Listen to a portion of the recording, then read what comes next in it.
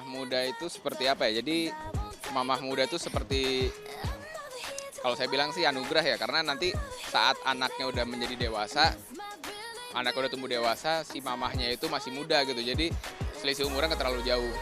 Jadi lebih mengerti sifat-sifat anak muda juga ketika anaknya dewasa. Sama sih menurut saya, perjuangannya dengan ibu-ibu yang muda ataupun yang sudah lebih tua mungkin pasti sayang sama anaknya. Itu wanita yang super sebelum waktunya.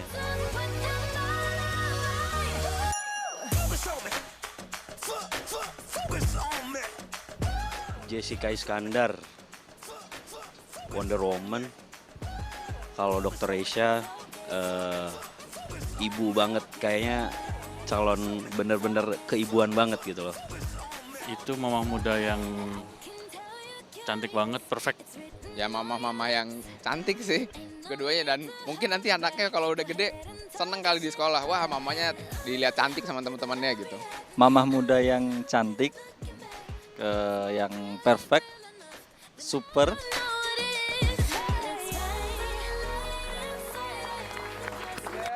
Jessica Iskandar, Dr. Reisa, Wonder Woman katanya. Super, Cantik, wow. super. Luar biasa. Oke, dengerin sekarang, udah mulai bobo dia. Baiklah, nggak apa-apa. Ini jamnya dia tidur. Ini jamnya bobo ya, jamnya mamanya kerja juga sekarang. Dok, gimana ceritanya? Kan maksudnya gini, udah dokter pula, terus dari gitu keluarga aman, ada yang nemenin dan sebagainya. Momen-momen kepanikannya itu pas kapan? Terutama pas anaknya sakit. Iya, pasti. benar sih. Meskipun dokter juga kan ibu ya, jadi setiap anaknya sakit pasti worry gitu. Apalagi Anya ini dari kecil dia udah rentan banget sama sakit. Oh gitu? Di umur seminggu tuh dia sempat kejang tanpa demam, tanpa kita tahu, tiba-tiba aja. Dan itu udah dibawa ke rumah sakit sampai ke dokter spesialis saraf anak juga bingung. Akhirnya baru ketahuan dia itu ternyata kejang itu karena alergi.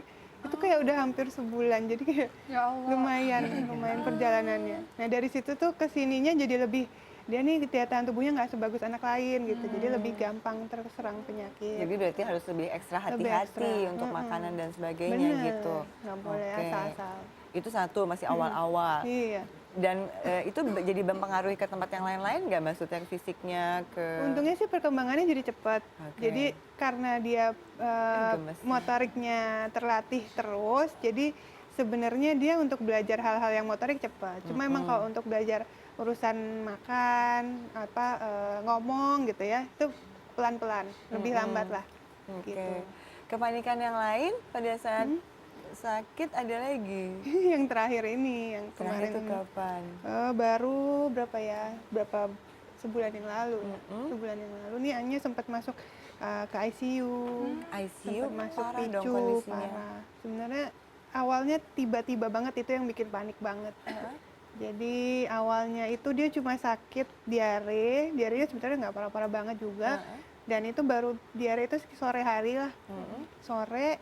Terus tiba-tiba, itu saya bawa ke rumah sakit dulu, sampai ke rumah sakit nggak ada indikasi rawat inap karena anaknya juga aktif banget. Dan dia makan minumnya tetap terus. Jadi diare tapi kondisinya tetap semangat, tetap bisa Semangat. ngobrol. Oke. Terus dari jam 6 sore sampai jam 12 malam tuh hidrasinya udah cukup banget, udah hampir 2 liter elektrolit masuk. Oke. Dan jam 12 dia masih lari-lari, dia nggak mau tidur di kasur. Ya udah dia lari lah gitu. Akhirnya jam 12 lewat dia tidur, saya tidur. Kita keluarga tidur, terus jam 3 kan waktunya dia minum susu lagi, susternya pegang, hanya panas katanya. Saya bingung kok hanya panas, pas saya pegang enggak panas karena pas saya pegang tangannya ini kakinya semua udah biru, udah dingin, udah nggak ada nadinya. Napas udah yang cepet banget, udah yang gitulah. Terus saya raba nadi di sini udah lemah banget. Akhirnya udah saat itu juga saya teriak-teriak di rumah kan, udah paniknya setengah mati. Hanya shock. Terus suamiku langsung nganterin ke UGD.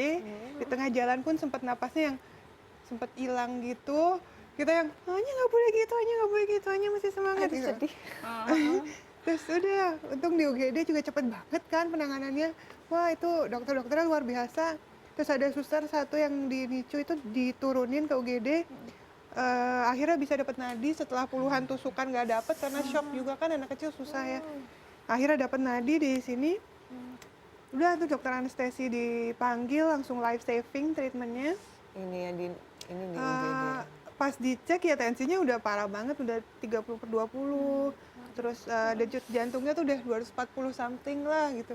Terus dokter intensive care-nya datang, untungnya udah terpasang jadi ada 3 infus gitu. Karena begitu udah masuk 1 life saving, dimasukin cairan yang tadinya udah biru banget, udah kaku, udah mulai keisi, mulai merah gitu. Keisi cairan lagi, kakinya dapat infus lagi. Terus dimasukin obat jantung lah sama dokternya, karena dokternya bilang ini kalau misalnya dia terus-terusan cepet begini, suatu ketika jantungnya bakal capek dan dia berhenti gitu. Jadi harus masuk obat jantung terus supaya dia tetap kerja terus gitu. Udah sih, udah mulai jam 4 subuh udah mulai. Itu, Dok? Jadi ternyata dia ada namanya shock sepsis gitu. Jadi bakteri di dalam tubuhnya itu ada yang jahat banget lah intinya gitu. Dia kerjanya tuh mengeluarkan si cairan dari pembuluh darahnya dia. Jadi dengan kondisi diarenya dia, jadi dehidrasinya tuh jadi dehidrasi berat dalam waktu yang singkat gitu. Bayangin dari jam 12 sampai jam 3 subuh itu kan udah cepet banget. Itu mamanya dokter, kalau nggak bisa sudden death loh. Ya Nah, kan? kalau kita nggak bangun aja tuh jam 3 pagi, aduh nggak tahu itu, kayaknya itu udah Alhamdulillah bobo ya nih. udah lancar, udah tertolong, udah ini. Iya.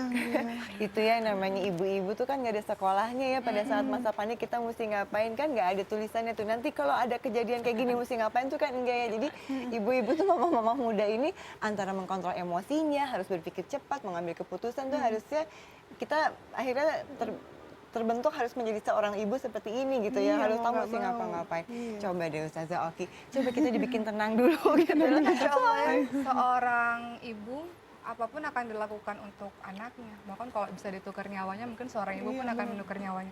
Saya jadi sedih nih. Iya, sedih banget. Iya pas di ICU, aduh kenapa sih kamu yang ngalamin? Mending Kenapa nggak ibu aja gitu kan? Kenapa nggak mama saja gitu? Itu seorang ibu, kasih sayang seorang ibu yang kenapa bisa punya rasa kasih sayang seperti itu? Karena diri sendiri yang merasakan dari hamil, masa menyusui, masa pengasuhan kan itu ibu. Makanya dalam Islam itu kan siapa yang aku harus berbakti pertama kali, Rasul kan katakan ibumu terus ya, kemudian ayahmu. Kenapa ibu? Karena melewati proses yang tidak dilewati oleh ayah, hamil, menyusui, pengasuhan dan sebagainya. Baik, hari ini kita membahas mengenai mama-mama muda. Beruntunglah, bersyukurlah bagi sahabat perempuan yang dianugerahi, diamanahkan anak oleh Allah dalam usia yang muda. Dalam artian usia-usia yang masih produktif, usia-usia yang masih tenaga kita masih besar, kita masih bisa full memberikan pelayanan terhadap anak-anak kita masih bisa bekerja untuk mencari nafkah, walaupun seorang perempuan bukan tugasnya mencari nafkah, tapi ketika ada sebuah kejadian menjadi single mom, mau tidak mau, menjalankan 2 peran sekaligus, mencari nafkah dan juga mengurusi anak-anak. Ini yang menjadi ujian bagi masing-masing orang beda-beda. Tapi yang jelas, la yukallifullahu nafsan illa wus'aha. Allah tidak akan membebankan suatu hamba, melainkan dia pasti bisa memikulnya. Kata Allah, oh Jessica mampu kok dikasih ujian. Mungkin ayahnya nggak ada dulu gitu ya, ayahnya El nggak ada dulu, mampu dia mengatasinya kata Allah. Kata Allah, oh Dokter Raisa mampu kok dikasih ujian, oh ini kayaknya cocok untuk Dokter Raisa ujian yang seperti ini gitu, karena mampu untuk melewatinya. Tapi lihat, kalau kita membahas masalah Jessica Iskandar, kita lihat di dalam Al-Quran, ternyata pendidikan dari orang tua kepada anaknya adalah pendidikan ayah, bukan pendidikan ibu. Pendidikan ayah terhadap anak. Kita lihat bagaimana surah Luqman ayat 12-19, semuanya adalah nasihat dari seorang ayah kepada anaknya. Ini ternyata peran ayah luar biasa. Di dalam Al-Quran dijelaskan bagaimana seorang ayah bernama Nabi Yakub alaihissalam sebelum wafatnya bertanya kepada anak-anaknya, mata kuluna min ba'di, apa yang kamu sembah sepeninggalanku anak-anakku. Ternyata pendidikan seorang ayah itu dari dia lahir sampai dia mau meninggal nanti itu nggak pernah berhenti. Memastikan anak-anaknya imannya, akidahnya, akhlaknya itu baik-baik saja. Ternyata di dalam Al-Quran bukan pendidikan ibu terhadap anak, tapi pendidikan ayah terhadap anak. Ibu disuruh untuk menyusui, ya betul. Tapi jangan khawatir, karena kita punya contoh yaitu Siti Hajar. Siti Hajar punya anak namanya Nabi Ismail. Ketika Nabi Ismail masih merah, baru lahir nih masih merah, Allah memerintahkan Nabi Ibrahim, ayo suruh istrimu Siti Hajar dan Nabi Ismail untuk tinggal di sebuah daerah yang tidak berpenghuni, tidak ada air, tidak ada orang-orang di sana. Kamu tinggalkan anak dan istrimu di situ dan kamu pergi, itu Allah yang memerintahkan. Mau tidak mau Nabi Ibrahim harus melakukan itu. Dan apa yang dilakukan oleh Siti Hajar untuk menghidupkan Nabi Ismail anaknya seorang diri? Siti Hajar mencari makanan, mencari minuman untuk menghidupkan anaknya, mencari nafkah loh untuk anaknya. Siti Hajar memastikan bahwa Nabi Ismail harus hidup dengan baik-baik saja, harus tetap terus tumbuh. Dengan cara apa? Berjuang mati-matian. Siti Hajar dari Bukit Sofa ke Bukit Marwah lari itu berapa kilometer itu bolak-balik, mana air, anakku sudah nangis, anakku sudah sangat butuh. Tapi apa dia berserah kepada Allah? Dia tahu dia nggak sendirian. Siti Hajar tahu, saya bisa ya Allah, saya bisa menerima ini semua ya Allah, karena saya tidak pernah sendirian.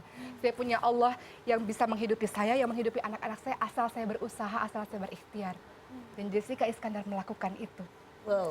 Siti Hajar Melakukan itu untuk anaknya, mencari makan dan mencari minum untuk anaknya. Dan apa akibatnya? Nabi Ismail alaihissalam tumbuh secara sehat, tidak hanya makanan nutrisi yang diberikan oleh Siti Hajar kepada Nabi Ismail, tapi juga pendidikan akhlak, ilmunya. Dan Nabi Ibrahim datang ketika Nabi Ismail sudah beranjak dewasa, dan ternyata Nabi Ismail menjadi seorang anak yang takut pada Allah, yang baik akhlaknya berkat pendidikan dari ibunya.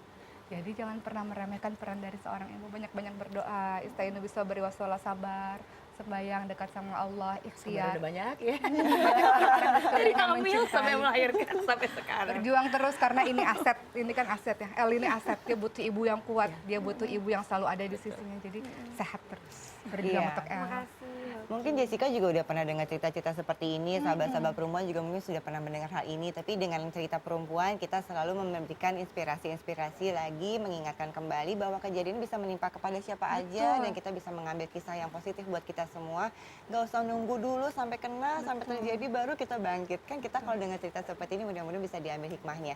Tetap bersama kami ya dalam cerita perempuan sesaat lagi.